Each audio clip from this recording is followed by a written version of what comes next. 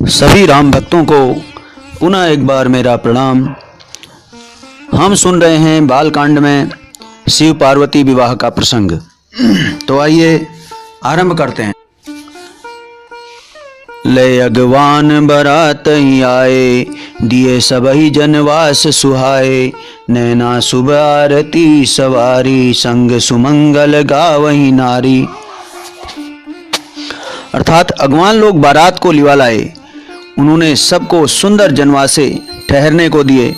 मैना जो कि पार्वती जी की माता हैं, उन्होंने शुभ आरती सजाई और उनके साथ की स्त्रियां उत्तम मंगल गीत गाने लगी। कंचन थार सोह बर पानी, परिछन चली हरई हर सानी। विकट वेश रुद्रई जब देखा, अब लन्ह उर भय भयं बिसेखा। सुंदर हाथों में सोने का थाल शोभित है। इस प्रकार मैना पार्वती जी की माता हर्ष के साथ शिव जी का पर्छन करने चली। जब महादेव जी को भयानक वेश में देखा, तब तो स्त्रियों के मन में बड़ा भारी भय उत्पन्न हो गया। भगी भवन बैठी अति त्रासा, गए महेशु जहाँ जनवासा। मैना हृदय भयं दुख भारी, लीनी बोल गिरीश कुमारी। बहुत ही डर के मारे स्त्रियां भागकर घर में घुस गई और शिवजी जहां जनवासा था वहां चले गए। मैना के हृदय में बड़ा दुख हुआ। उन्होंने पार्वती जी को अपने पास बुला लिया। अधिक स्नेह गोद बैठारी, श्याम सरोज नयन भरे बारी। जय विधि तुम्हि रूप अस दीना, ते जन बरु बाउर कस कीना। और अत्यंत स्नेह से गोद में बैठाकर अपने नील कमल के समान नेत्रों में आंसू भरकर कहा, जिस विधाता ने तुमको ऐसा रूप दिया है, उस मूर्ख ने तुम्हारे दूल्हे को बावला कैसे बनाया। असकीन बरु बौराह, विधि जेहि तुमहि सुंदरता दई। जो फलु चहिह सूरत रुहि, सो बर बस बबू रही लागही। तुम सहित गिरिते गिरो, पावक जरो जल निधि महु परो। घर जाऊ अपजसु हो, जग जीवत विवाह न हो करो। अर्थात जिस विधाता ने तुमको सुंदरता दी, उसने तुम्हारे लिए वर बावला कैसे बनाया। जो फल कल्प वृक्ष में लगना चाहिए, वह जबरदस्ती बबूल में लग गया। मैं तुम्हें लेकर पहाड़ से गिर पड़ूंगी, आग में जल जाऊंगी या समुद्र में कूद पड़ूंगी।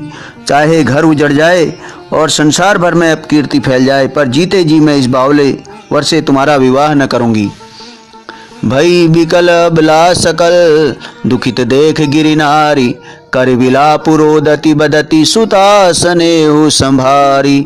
हिमांचल की स्त्री मैना को दुखी देखकर सारी स्त्रियां व्याकुल हो गई। मैना अपनी कन्या के स्नेह को याद करके विलाप करती, रोती और कहती थी, नारद कर मैं काह बिगारा। भवन मोर जिन बसत उजारा। अशुभ देश मई जिन दीना, बोरे बरसी लागी तपुकीना। कहने लगी, मैंने नारद का क्या बिगाड़ा था, जिन्होंने मेरा बसता हुआ घर उजाड़ दिया और जिन्होंने पार्वती को ऐसा उपदेश दिया कि जिससे उसने बावले वर के लिए तप किया।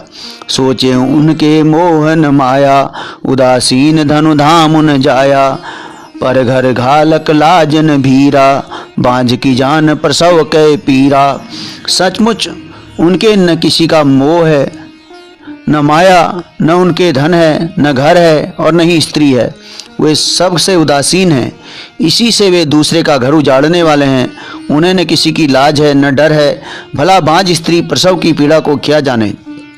जननी बिकल बिलो की भवानी, बोली जुत विवेक मृदुबानी।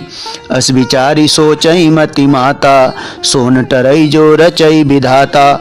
माता को बिघल देखकर पार्वती जी विवेक युक्त कोमल वाणी में बोली, हे माता, जो विधाता रच देते हैं वह टलता नहीं। ऐसा विचार कर तुम सोच मत करो। करम लिखा जो बाउर नाहू, तो कत दोषु लगाई काऊ।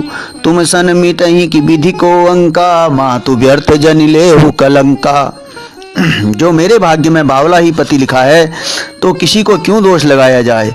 हे माता, क्या विधाता के अंक तुमसे मिट सकते हैं। वृथा कलंक का टीका मत लो। जनि लेहु मातु कलंक करुणा परिहरहु अवसर नहीं। दुख सुख जो लिखा लीलार हमरे जाब जह पाउब तहीं। सुनि उमा वचन विनीत कोमल सकल अबला। सोह चही बहुभांति विधि लगाई दूषण नयन बारी विमोचही। हे माता, कलंक मत लो, रोना छोड़ो, यह अवसर विषाद करने का नहीं है। मेरे भाग्य में जो दुख सुख लिखा है उसे मैं जहाँ जाऊंगी वहाँ पाऊंगी। पार्वती जी के ऐसे विनय भरे कोमल वचन सुनकर सारी स्त्रियां सोच करने लगी और भांति भांति से विधाता को दोष देकर आंखों में आंसू बहाने लगी। तई अवसर नारद सहित और ऋषि सप्त समेत समाचार सुनी। तुहिन गिरी गवने तुरत निकेत। इस समाचार को सुनते ही हिमांचल उसी समय नारद जी और सप्त ऋषियों को साथ लेकर अपने घर गए। तब नारद सबहि समझावा, पूर्व कथा प्रसंग सुनावा। मैना सत्य सुनौ मम बानी, जगदम्बा तव सुता भवानी। तब नारद जी ने पूर्व जन्म की कथा सुनाकर सबको समझाया और कहा कि हे मैना, तुम मेरी सच्ची बात सुनो। तुम्हारी यह लड़की साक्षात जगजननी भवानी है, अजानादि शक्ति अविनाशिनी, सदा शंभु अर्धंग निवासिनी, जग संभव पालन दय करनी, निज इच्छा लीला बपु धरनी। हे ये अजन्मा अनादि और अविनाशी शक्ति है, सदा शिवजी के अर्धांग में रहती है और जगत की उत्पत्ति, पालन और संहार करने वाली है और अपनी इच्छा से ही लीला शरीर धारण करती है। जन्मी प्रथम दक्ष ग्रह जाई, नाम सती सुंदर तनु पाई। ताऊ सती शंकर विवाही, कथा प्रसिद्ध सकल जग माही। पहले ये दक्ष के घर जाकर जन्मी थी, तब इसका नाम सती था। यह सुंदर शरीर पाई थी, वहाँ भी सती शंकर जी से ही ब्याही गई थी। यह कथा सारे जगत में प्रसिद्ध है। एक बार आवत शिव गंगा, देखे रघुकुल कमल पतंगा। भयउ मोहु शिव कहा न कीना, भ्रम बस वे सुसीय कर लीना। एक बार इन्होंने शिव जी के साथ आते हुए राह में रघुकुल रूपी कमल के सूर्य श्री रामचंद्र जी को देखा। तब इन्हें मोह हो गया और इन्होंने शिव जी का कहना न मानकर ब्रह्मवश सीता जी का वेश धारण किया।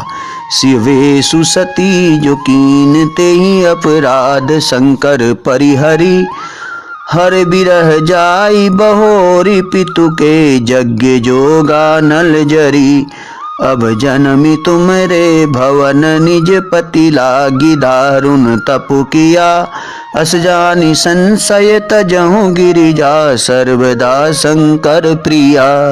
अर्थात सती जी ने जो सीता का वेश धारण किया, उसी अपराध के कारण शंकर जी ने उनको त्याग दिया।